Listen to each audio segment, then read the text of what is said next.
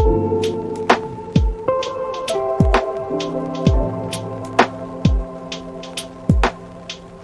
Guys, welcome back to my channel. ಹೇಗಿದ್ದೀರ ಎಲ್ಲರೂ? Hope ಎಲ್ಲರೂ ಕೂಡ ಚೆನ್ನಾಗಿದ್ದೀರ ಅಂತ. ನಾನಂತೂ ಸೂಪರಾಗಿದ್ದೀನಿ.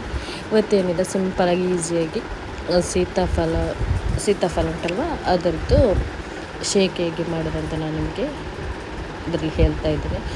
ಸೊ ಯಾರು ಸ್ಕಿಪ್ ಮಾಡದೆ ಈ ವಿಡಿಯೋವನ್ನು ನೋಡಿ ಈಸಿಯಾಗಿ ಯಾವ ಥರ ಮನೆಯಲ್ಲೇ ಸೀತಾಫಲದ್ದು ಶೇಕ್ ಮಾಡೋದಂತ ನೋಡೋಣ ಬನ್ನಿ. ಸೊ ಮೊದಲಿಗೆ ನಾನಿಲ್ಲಿ 2 ಸೀತಾಫಲವನ್ನು ತೆಗೊಂಡಿದ್ದೀನಿ. ಅದರದ್ದು ಓಪನ್ ಮಾಡಿ ಸೆಂಟ್ರಲ್ಲಿ ಇದುಂಟಲ್ವ, ಏನಂದರೆ ಅದರೊಳಗಡೆ ಬೀಜ ಉಂಟಲ್ವ, ಅದನ್ನು ಸಪ್ರೇಟ್ ಮಾಡಬೇಕು.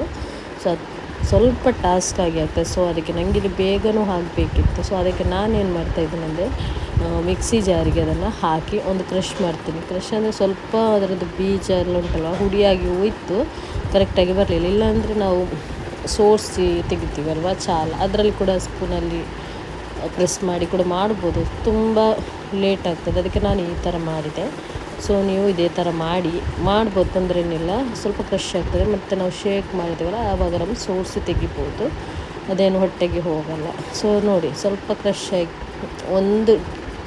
ಸ್ವಲ್ಪ ಮಾಡಿದ್ದು ನಾನು, ಒಂಚೂರು ಗ್ರೈಂಡ್ ಮಾಡಿದ್ದು. ಸೊ ಎಲ್ಲ ಕೂಡ ಕ್ರಷ್ ಆಯ್ತದು. ಸೊ ಒಂದೊಂದು ಈಗನೇ ಇಡಿಯಾಗಿ ಸಿಕ್ತು ನಮಗೆ. ಸೊ ಇವಾಗ ನಾನು ಅದನ್ನು ಬೇರೆ ಮಿಕ್ಸಿಗೆ ಹಾಕಿ, ಆ ಪಲ್ಪ್ ಉಂಟಲ್ವ ಅದನ್ನು ಹಾಕಿ ಸ್ವಲ್ಪ ನೀರು ಹಾಕಿ 3 ಸ್ಕೂಪಷ್ಟು ವೆನಿಲಾ ಐಸ್ ಕ್ರೀಮ್ ಹಾಕ್ತೀನಿ. ಮತ್ತು ನಮಗೆ ಮಿಲ್ಕ್ ಎಷ್ಟು ಬೇಕು ಅಷ್ಟು ಹಾಕ್ಬೋದು. ಮಿಲ್ಕ್ ಫ್ರೀಝರಲ್ಲಿಟ್ಟು ಗಟ್ಟಿ ಮಾಡಿದರೆ ತುಂಬಾ ಟೇಸ್ಟಿ ಆಗ್ತದೆ, ಅಂದರೆ ಕೋಲ್ಡ್ ಕೂಡ ಇರ್ತದೆ. ಸೊ ಇವಾಗ ನನಗೆ ಆ ಥರ ಗಟ್ಟಿಯಾದ ಹಾಲು ಇರಲಿಲ್ಲ. ಸೊ ಅದಕ್ಕೆ ನಾನೇನು ಮಾಡಿದೆ, 1 ಗ್ಲಾಸಷ್ಟು ಕೋಲ್ಡ್ ಆದ ಹಾಲನ್ನು ತೆಗೆದು ಹಾಕಿದೆ. ಸ್ವಲ್ಪ ಬೇಕು, ನಮಗೆ ಎಷ್ಟು ಬೇಕೋ ಅಷ್ಟು ಸಕ್ಕರೆಯನ್ನು ಹಾಕಿ ಸ್ವೀಟಿಗೆ ಇಷ್ಟು ತಿಕ್ಕಾಗಿ ನೀವು ಮಾಡಿದರೆ ಇದು. ಮೇಲ್ಗಡೆ ನಾನು 1 ಸ್ಕೂಪ್ ಐಸ್ ಕ್ರೀಮ್ ಕೂಡ ಹಾಕ್ತಾಯಿದ್ದೇನೆ.